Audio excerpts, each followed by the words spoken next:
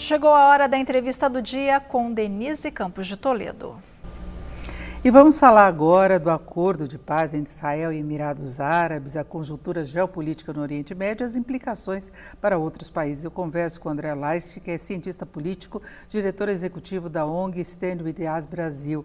André, boa noite. Boa noite, Denise. Obrigado pelo convite. Bom, esse acordo foi visto aí como histórico, né? No momento que foi anunciado, se chegou a falar da possibilidade de Trump ser indicado ao Prêmio Nobel da Paz. Agora a gente vê que tem um interesse dos dois países, é uma situação inédita de fato, positiva, só que nós temos, por exemplo, os palestinos que não concordaram, outros países que ainda não aceitam. Qual seria a amplitude desse acordo na sua avaliação?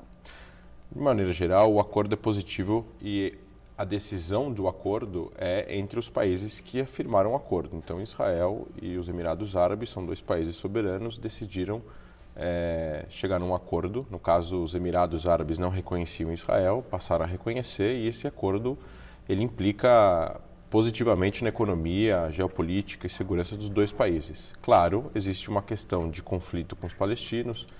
Por causa desse conflito existia um boicote da Liga Árabe, que já não existe mais, existia uma situação de guerra com alguns países vizinhos de Israel, que também não existe mais. Então não é o primeiro país, né? O Israel tem paz com o Egito, Israel tem paz com a Jordânia, Israel tem relações aí, indiretas ou até mesmo não reconhecidas ou não oficiais com a Arábia Saudita, com outros países da África. E os Emirados Árabes são um país muito forte, um país com economia de quase $1 trilhão de PIB. E esse acordo vai possibilitar, provavelmente, para os Emirados Árabes influenciarem Israel também positivamente nas relações de paz com os palestinos. Agora, em termos de região, você vê possíveis reflexos, abertura para uma condição maior de pacificação? Acredito eu que sim.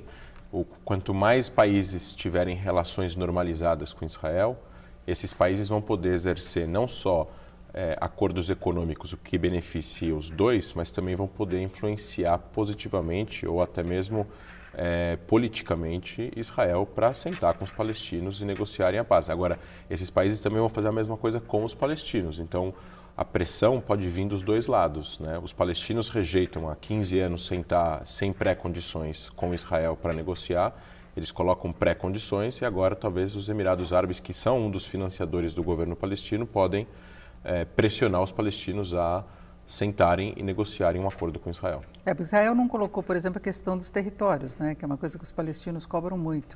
Então, não entrou, uma relação entre os dois países mesmo, não é? Não tem nenhuma ligação, o acordo com os Emirados, com o conflito palestino-israelense. O que sim apareceu na mídia foi de que Israel concordou, por hora, retirar da mesa um plano de anexar parte da Cisjordânia, que é a fronteira com a Jordânia, que é um território que, de acordo com os analistas e os cientistas políticos israelenses, é um território muito sensível para a segurança de Israel, porque é a fronteira com a Jordânia. Então, Israel vê que aquele território, num futuro acordo com os palestinos, vai ficar sob soberania israelense para poder proteger a soberania de Israel. Israel queria, através do plano de paz do Trump, queria anexar já esses territórios sem fazer as negociações com os palestinos. Então, por hora, Israel retirou esse plano da mesa. O que foi trocado, na verdade, foi que Israel deixou de fazer alguma coisa que ainda não tinha feito, em troca de fazer um acordo histórico com os Emirados Árabes Unidos. Agora, André, muita gente questiona o fato de ter um jogo pessoal de interesse dos governantes e mostrar resultados importantes.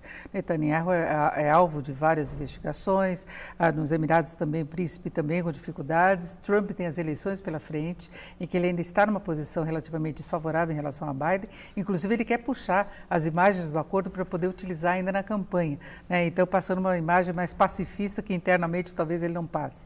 Então, seria duradouro se os integrantes desse acordo, né, os que representam os países, eles saírem, por exemplo, se Netanyahu não se segurar no poder, se houver algum problema por causa das investigações, eventualmente se Trump perder as eleições? O que nós temos na região são países que têm governos que duram décadas, às vezes é o mesmo tipo de governo desde a fundação do país, né? Então, a única democracia funcional na região é Israel, que você viu agora há pouco, teve 3, 4 eleições não conseguia formar o governo mesmo. Não conseguia formar um governo, né? Então, para o interesse israelense, independentemente de quem seja o primeiro-ministro, é um interesse nacional, de esquerda a direita, de que Israel tenha relações com os seus vizinhos. Isso não tenha dúvida. Os países árabes em volta de Israel, que têm governantes que são monarquias ou, infelizmente, ditaduras, são países que os governos duram 20, 30, 40 anos. Então, não acredito que a família Ben Zayed, no caso dos Emirados Árabes Unidos, vai mudar essa intenção de ter uma relação com Israel, porque eles têm se aproximado do Ocidente ao longo dos últimos 20, 30 anos que eles construíram a Dubai, Abu Dhabi e todos esses centros financeiros e se aproximando do Ocidente, atraindo investimento estrangeiro, atraindo turismo. Então, nada mais lógico do que ter relação com o país mais desenvolvido da região também, que é Israel nesse caso. No caso do interesse político, a gente poderia também dizer de que talvez teve interesse político do Sadat e do Menachem Begin, que fizeram a paz com o Egito, talvez teve interesse político de Yitzhak Rabin e Yasser Arafat em 94.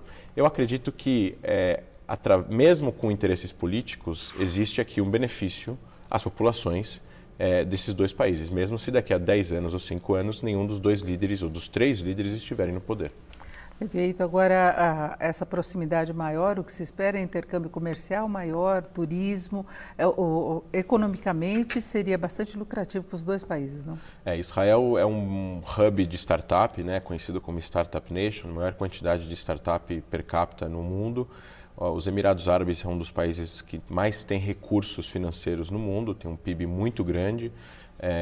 Acredito eu que os Emirados têm muito interesse em tecnologia israelense, não só de segurança, como de cyber também, que é uma nova ameaça que acontece na região por causa do programa nuclear iraniano.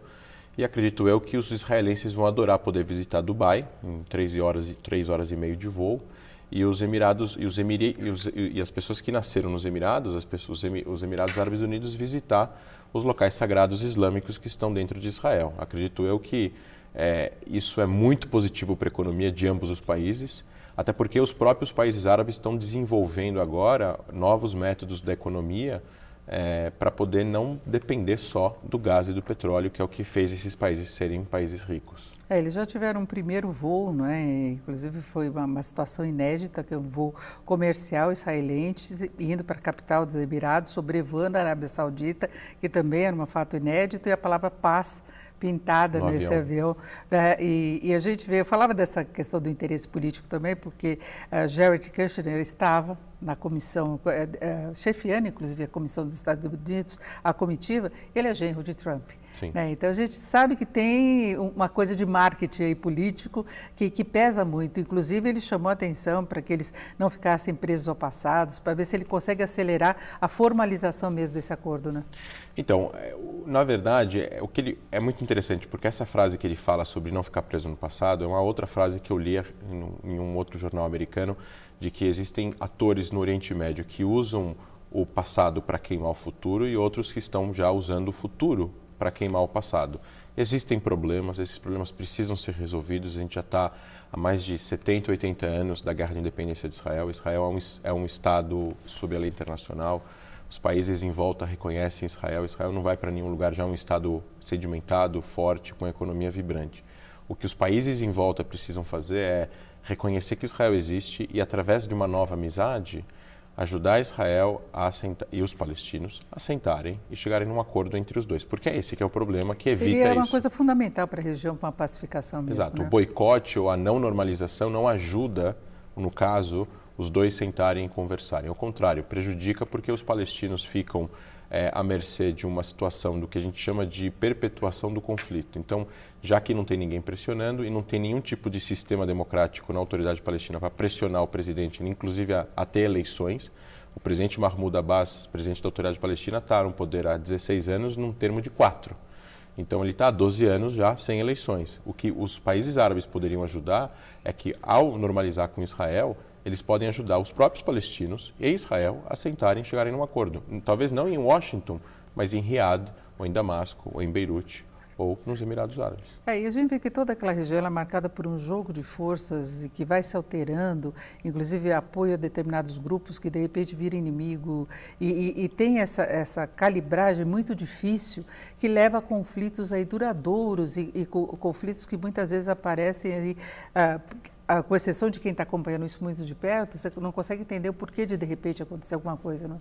Pois é, o Israel trabalha há muitos anos já uma relação informal e talvez até secreta com esses países que têm interesse de se proteger do terrorismo islâmico radical e principalmente do Irã.